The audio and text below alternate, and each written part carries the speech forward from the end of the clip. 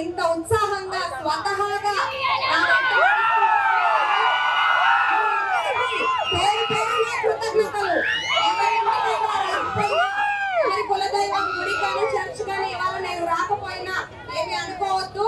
గెలిచాక ప్రతి ఒక్క ఇంటికి, ప్రతి ఒక్క గుడికి, ప్రతి ఒక్క చర్చికి వచ్చి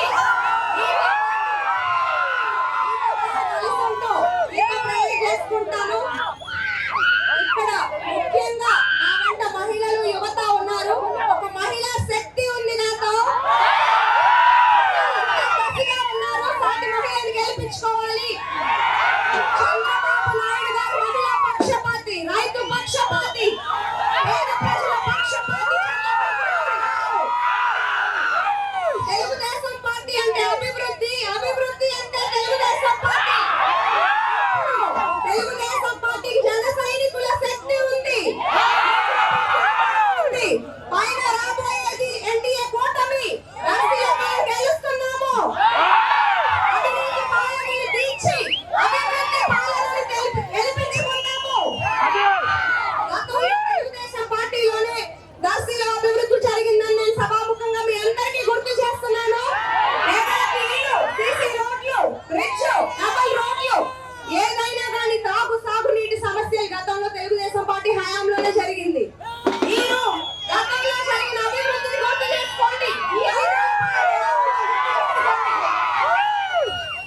అన్ని సంక్షేమ పథకాలు, అభివృద్ధి ముందు ఉండి సంక్షేమం అభివృద్ధి రెండు కళ్ళు లేకుండా నాయకుడు ఎందుకున్నావు?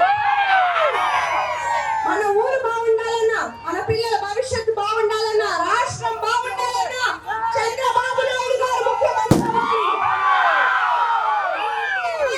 ఈ కుటుంబ సభ్యురాలిగా, ఒక అక్కగా, చెల్లిగా, కూతురిగా, మనవరాలిగా వస్తున్నాను. మీతో కలిసి మీ కష్ట సుఖాలు తెలుసు, లాభ నష్టాలు తెలుసు. దర్శి ప్రజల సమస్యలు తెలుసుకుని అడుగు పెట్టాను. వాటి పరిష్కార మార్గం కూడా తెలుసు. సైకిల్ గుర్తుకు మీ ఓటేసి నన్ను ఎమ్మెల్యేగా, ఎంపీగా మాగుంట శ్రీనివాస్ రెడ్డి గారిని గెలిపించండి. ప్రజలందరిలో మార్పు వచ్చింది. మీ మార్పుని మాటలతో కాకుండా ఓటు అనే ఆయుధంతో అందరూ కలిసి యుద్ధం చేయండి.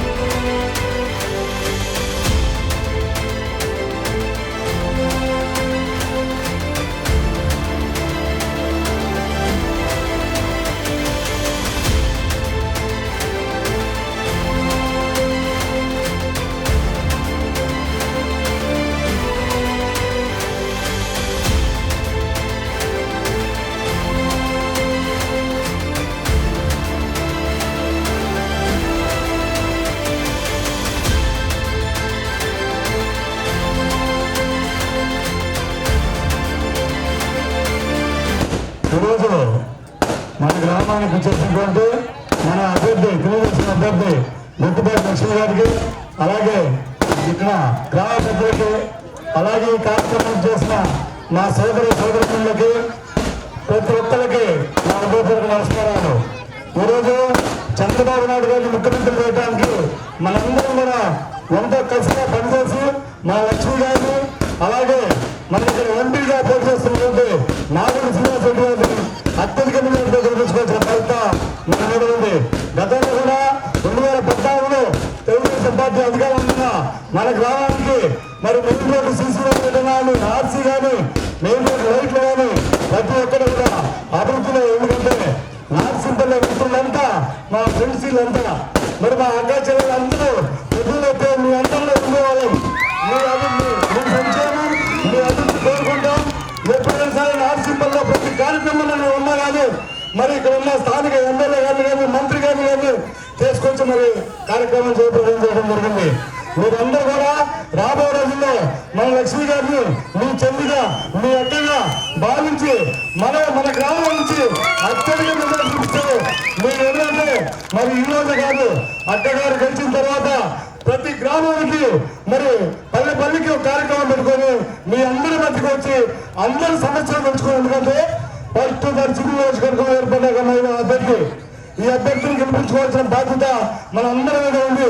మీ తోటి చెల్లెలుగా భావించి మరి మనందరి చెల్లెల్ని మనందరం గెలిపించుకొని మన అభివృద్ధిలో నడిపించుకోవాలని కోరుకుంటూ నాకు ఈ అవకాశం ఇచ్చినందుకంటే 5 ఏళ్లలో సంక్షేమ పరిస్థితి ఏమీ లేదు. మన గ్రామానికి ఒక్క సీసీ రోడ్ వేసుకొని చెప్పండి. మీ అందరూ మన ఊరికి ఏమన్నా చేస్తే చెప్పండి. మనం ఇప్పుడే మరి అతను ఏమన్నా చేసుకుని చెప్పండి. ఇక్కడ ఇప్పుడు గతంలో మేము ఊళ్ళో వచ్చాము.